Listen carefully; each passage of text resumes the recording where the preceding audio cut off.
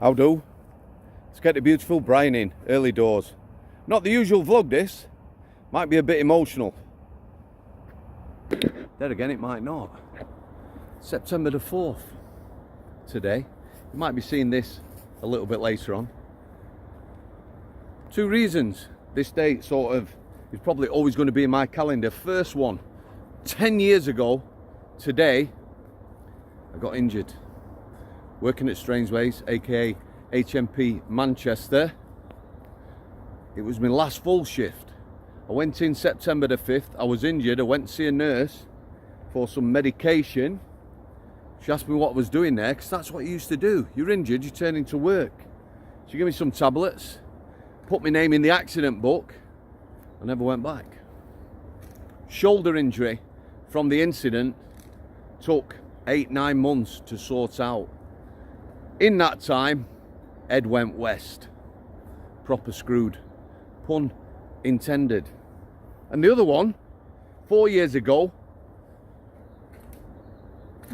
within probably an hour of this, me doing this, it's evening now, I had a heart attack coming out of the gym. Should have died. How do? Yeah, so, yeah, no emotion. Yeah, prison service. Let's talk about the prison service. The injury kept me out. My head went. That finished me, that. It's like everything. You're working at a high level. When I say high level, under a lot of stress.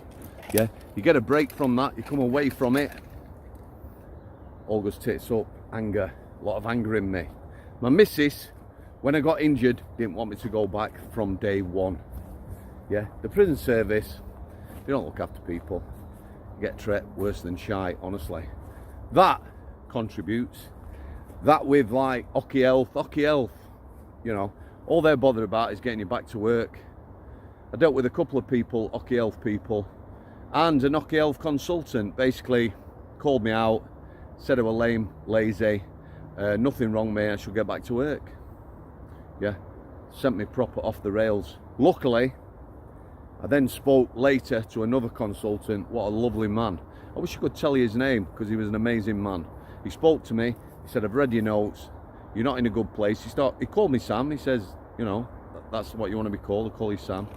He says, I think you need to leave this job, kid. I'm going to sign you off. I'm going to finish you with ill health retirement, which he did. So ever grateful to him, but there, that was it. So it was an injury that kept me on the sick.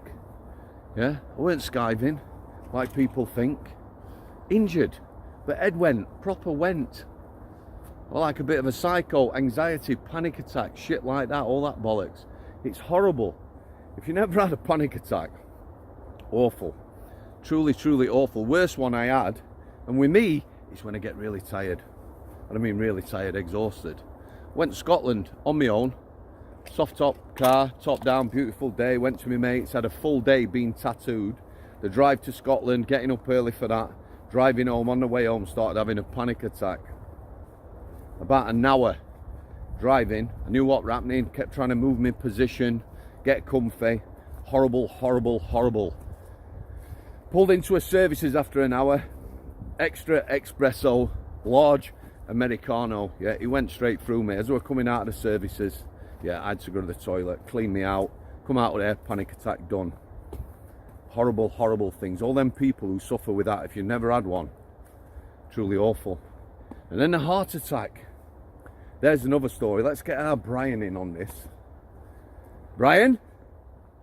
See, things I appreciate is Brian. He is a beautiful boy. Just like Stephen was. My black Labrador we had at the time. You know, I appreciate time with him.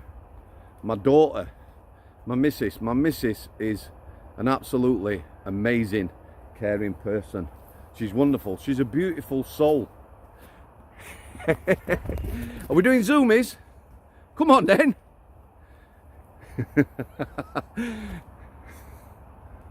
Yes, go on, you crazy boy. So the heart attack, yeah, I was in the gym, come out of the gym, struggling to breathe. Felt like someone stuck an axe in my left shoulder.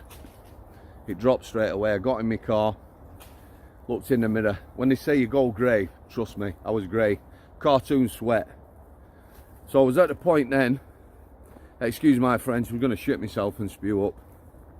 Do I have the indignity of that whilst phoning for an ambulance? But my daughter and my missus, they were there, forefront of my mind. I started my car and I drove home very carefully. Put nobody at risk. Yeah? There was 3 mile of motorway in that. Inside lane, 50 mile an hour, like I said. Steady as. Third gear, couldn't change gear after that. Ford Cougar, slipping the clutch. Just dumped it on our front. Went in. My daughter's 14 at the time. I said to her, I'm not well. I'm going to the toilet. Please phone your mum. Tell her to come home. It's an emergency. When she's in the car, tell her to phone you back. I went upstairs, dropped everything I had got. Come out of the bathroom, I'm on the bed. Really, really bad way. Nearly passing out. Mrs. phoned the daughter. She's got her on the phone. I said, I'm having a heart attack. Phone an ambulance and drive careful. She got me an ambulance. Daughter asked whether she could help with anything. Glass of water. I just wanted her out of the room really. Weren't quite sure what was happening. Mrs. arrived. Got me downstairs, elevated my feet. Again, at this point, I'm going.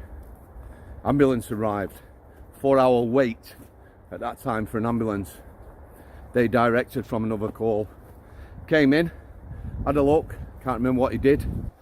You're having an heart attack. No shit, I says. Give me some aspirin. Simple as that, couple of 3 aspirin, I'm not quite sure. In a chair, tied in, got me in the ambulance. The missus come out. It was during lockdown this. Sorry love, can't come. Her face, that was heartbreaking that. And they set off, tyres squealing. 10 o'clock, after 2.5 hours in the CAT scan theatre, having 3 stents put in my right hand coronary artery, I arrived on a ward. I would be staying the night. 2 things I said to nurse very politely. Could I have a cup of tea and some custard creams, which they duly obliged. Would you phone my missus and tell her I'm alright? And that was it, the drama was over. I blagged him. I get him in. I blagged him to let me go. Leeds MRI. I was there less than a day and a half. They wanted to send me back to Pinfields. They needed the space. I promised them I'd do everything they said. They got me some meds and away I went back home. Forever grateful, everyone involved in that. You know, every single day, 4 years now. Yeah, 4 years. Some grief, stress. My daughter's been ill for a good few years. She's on the mend. Anorexia nervosa. Yeah, I'm loving life. I really am loving life. And sometimes, you know, you just have to look what you've got. It might not be obvious. You know, it might not be wealth, property, you know, that sort of thing. But you just look around you. Got my family, got our beautiful animals, beautiful Brian. It's just amazing. Absolutely appreciate every single day. But men's mental health, that's a big one. You know, some of the interviews I'm going to be doing on the channel. First one, in fact, is a lad I know very well, 15 years inside. He's had his problems, not without his problems. It'll be quite a frank discussion. Some of it might be upsetting, but it is what it is. Raw interviews. God bless you all. Thanks for your continued support.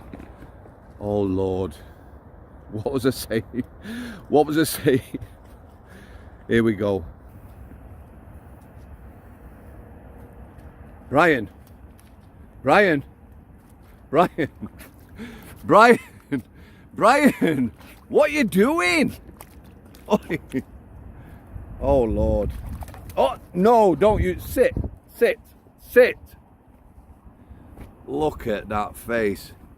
You absolutely mucky little pup. I forgot where I am now, guys, so God bless you all. You know, look what's round you. Appreciate what you've got. Family, friends. Just another day of above ground. breathing, living, walking with the mucky pup. Thanks for coming. I'll see you.